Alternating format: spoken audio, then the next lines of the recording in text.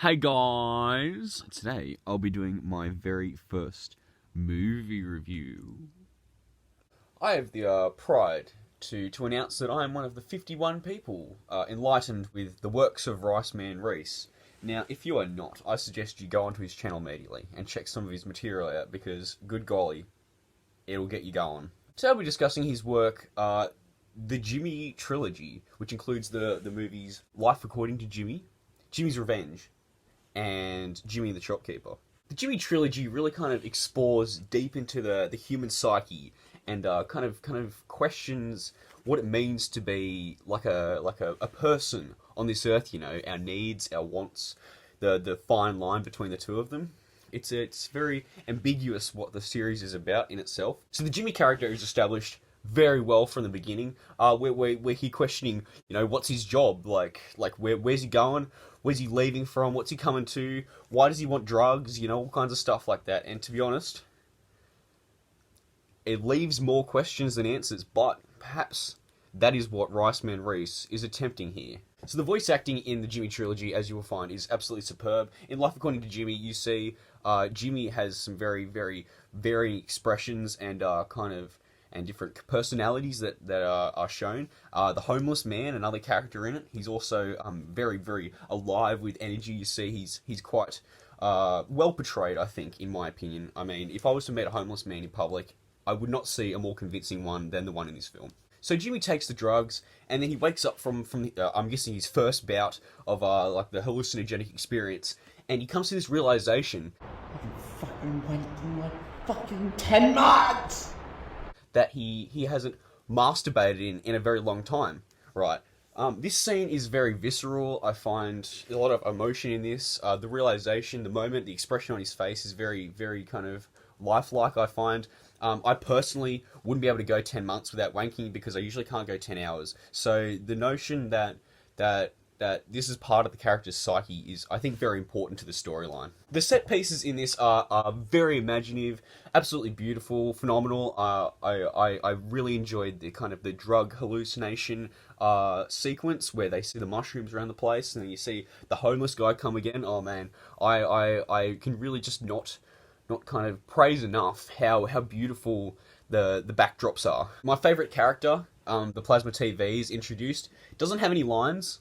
Doesn't really have any presence in the movie at all. But I really just liked Jimmy's kind of conversation with the plasma TV. The ending scene is truly kind of an experience for the emotions. Jimmy faces his demise at a very poignant kind of gut wrenching fate, and it really kind of begs the question, you know, what is Riceman meaning by the ending scene, you know? Now with a little bit of funding on Riceman's side, Jimmy's Revenge has been revamped with a new actor for the Jimmy character.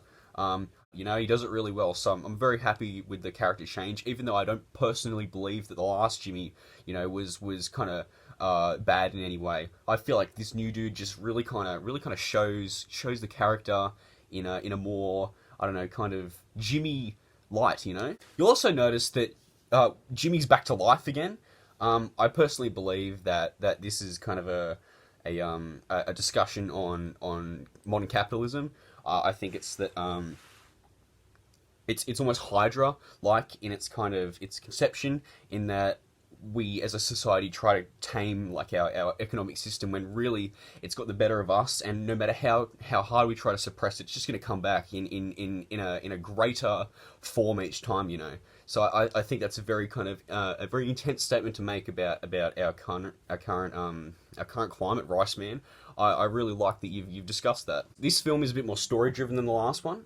Not to say that the lack of kind of any definitive story in the last one was really a downside to it, but this one has definitely allowed it to shine a bit longer. And you notice it's a whole 3 minutes longer than the last one. About. You'll notice that there's a new voice actor in this, along with Riceman himself. He does another excellent portrayal. I'm very, very happy with his direction and kind of the expression he puts into the acting. So, have you ever been with a man before?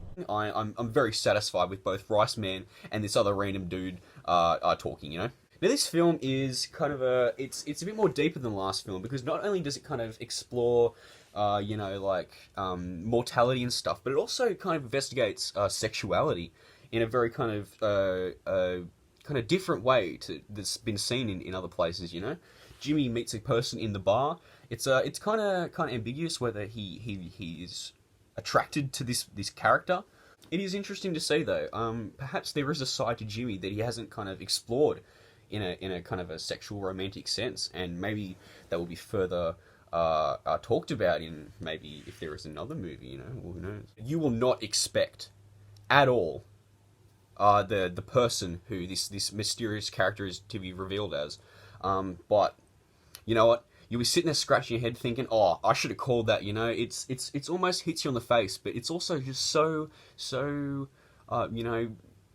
unexpected, kind of, in a way, You'll notice that there are other good camera angles in this film, especially this one here. This has been my favourite so far. Why is my asshole stinging?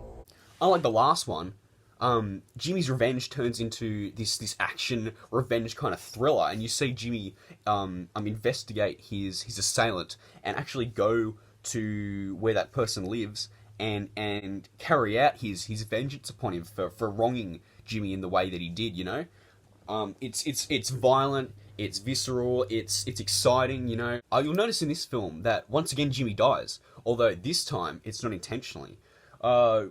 See, what I perceive this is about is because it started and ended in kind of the same way that Life According to Jimmy started and ended. Perhaps this is a more of a higher concept than we're really kind of being able to comprehend here. Maybe this is more of a discussion upon our everyday lives. Like we just live in a self-perpetuating loop where we are born at the start of the day, things just carry out, and then we die. And then we start the day again. Perhaps there's something that we're missing about the Jimmy trilogy that we kind of that we really need to be able to comprehend. Something that Rice Man has been enlightened about, and that we are just not familiar with at this point. So you notice Jimmy and the Shopkeeper is significantly shorter than the other two films. It kind of begs the question: is this really kind of the whole story here? You'll notice that it kind of ends on a very ambiguous note. And albeit quite similar to the last two films, but it's important to kind of note, I think, at least for me, that the way it ends and the length in itself is kind of suggestive that maybe this is not the end, So once again, we introduce another kind of mature theme into it, political correctness. So Jimmy enters the shop and he starts asking the shopkeeper about like what he needs, what he's selling, that kind of thing. And the shopkeeper makes a less than kind of sensitive joke, and Jimmy becomes quite insulted by this joke, and it really kind of shows Rice Man Reese's kind of awareness of like kind of societal political correctness. Maybe Rice Man's trying to enlighten us ourselves. Don't make jokes about killing yourself and stuff like that.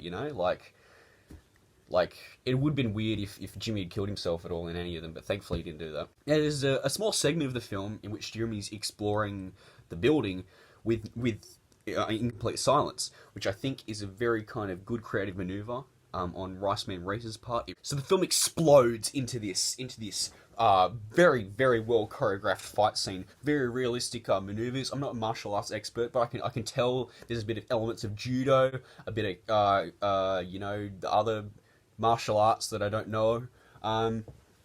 It's almost reminiscent of Terminator. I can really feel the kind of the destructive force behind the two characters. I watched it multiple times just to kind of wrap my head kind of around what was going on. The film ends with this character crawling across the ground, who I assume to be the homeless guy from the first one. You can really kind of see the age. I think he has a different hat this time. He's crawling towards this lifeless body on the ground, and it really begs the question, is this just another kind of infinite loop of Jimmy dying and then waking up the next day? He maybe his occupation, his work, is just to die and wake back up. Maybe this is even higher concept than I can comprehend with my mere Homo sapien brain, and I feel like there are just levels of kind of understanding that I don't possess to be able to understand just the Jimmy trilogy in itself. Like I mentioned, it ends quite ambiguously. It kind of begs the question, is this a cliffhanger type thing? Are we going to see more of Jimmy in the future? Is he going to step up? He's going to wake up? Is the homeless guy going to have more of a like an influential role in the next film? Or perhaps Rice Man will leave us hanging. Maybe this is the final Jimmy film. Maybe there is no more Jimmy. Maybe Jimmy himself is just doomed to live this loop of reigniting his existence only to die within 24 hours of being alive. I can't comprehend what Rice Man was really trying to do here, and I feel like he's really kind of punching above his weight to put out this kind of material. It's very difficult to comprehend, but not difficult at all to appreciate. Like, I definitely have a very profound liking for this film series, and I sincerely hope that he brings out more. Rice Man, mate, I've been waiting for years. All right. Fuck, man, just bring out another one, okay? Don't leave me waiting, son.